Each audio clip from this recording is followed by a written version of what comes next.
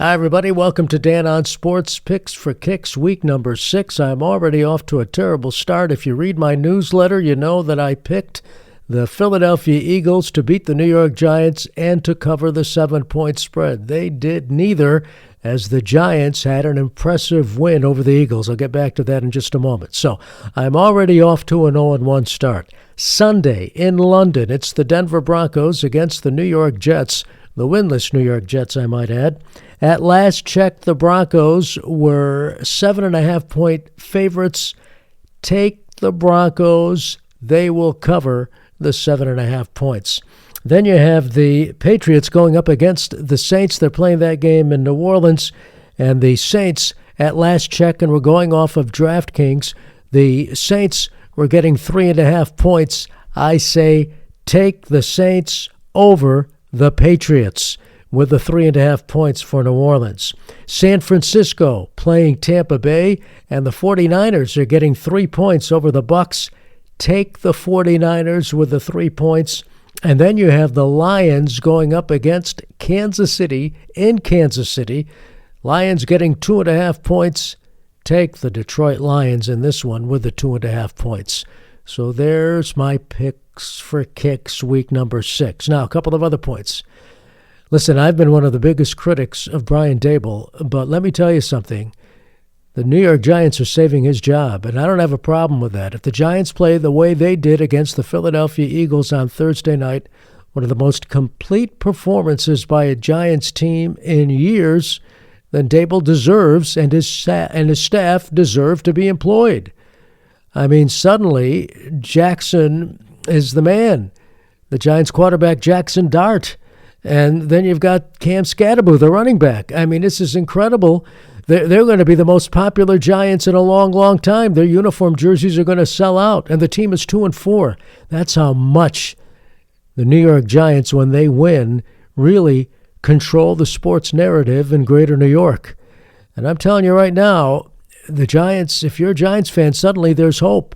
Suddenly you see the promise that the Giants have, not only at quarterback and not only at running back, but also defensively.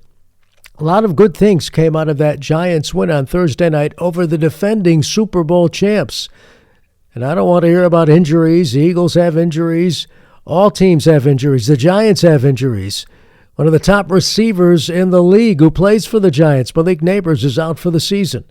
So I don't want to be hearing about that. This is about the Giants, how maybe they're going to turn their season around. Maybe they could win 7 or 8 games and save Daboll's job and Joe Shane's job.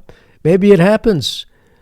Listen, that was a very impressive win for the Giants. I was wrong on my pick. I'm off to an 0-1 start for the week number 6, so be it. But let me tell you, that was a commanding performance given by the New York Football Giants on Thursday night. Baseball, quickly, the Yankees. The Athletic is running a poll. Should the Yankees fire Brian Cashman and Aaron Boone? And 41% say yes, they should be dismissed. Look, the Yankees were a disappointment. I said all season long they were a disappointment. In May, when they were up by 6 games, I said I just don't like the way. And you could go to my newsletters, go back to my newsletters.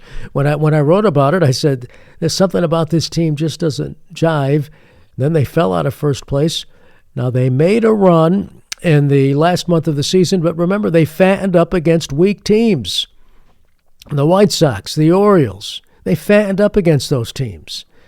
And they beat a Red Sox team in the postseason that wasn't at full strength. But, hey, injuries are part of the game. I get it. But that said, the Yankees do have to make some changes. Should they change the manager and the owner? The manager and the general manager, who acts as if he's the owner? I'm ambivalent about it. Some days I get up and I say it's time for a change. The Yankees have changed regimes. Even before George Steinbrenner owned the team, they changed regimes on occasion during periods when you think they wouldn't make changes. I mean, changing the general manager or the manager. So I go back and forth on it.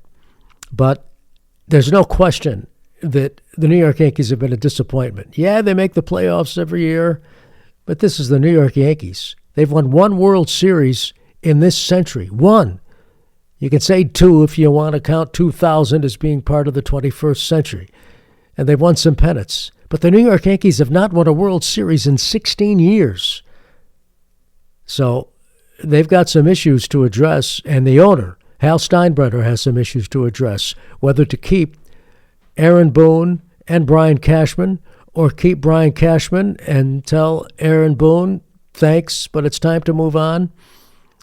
And so far, over the last few days, since they were ousted by the Toronto Blue Jays, their silence has been deafening.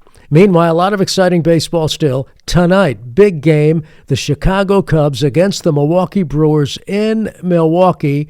Winner advances to the National League Championship Series. Cubs have come back to really make this exciting. This is going to be some battle, a battle of the Midwest. You know, here in this part, Yankees, Red Sox. How about the Brewers and the Cubs, separated by just 90 miles? That's a rivalry, and it's going to be really intense tonight. It's going to be must-see baseball. The Brewers, Mariners are playing the Tigers last night. The Brewers going up against the Cubs. Should be a lot of fun. That's going to do it for Dan on Sports. Thanks for watching. Thanks for listening. See you later.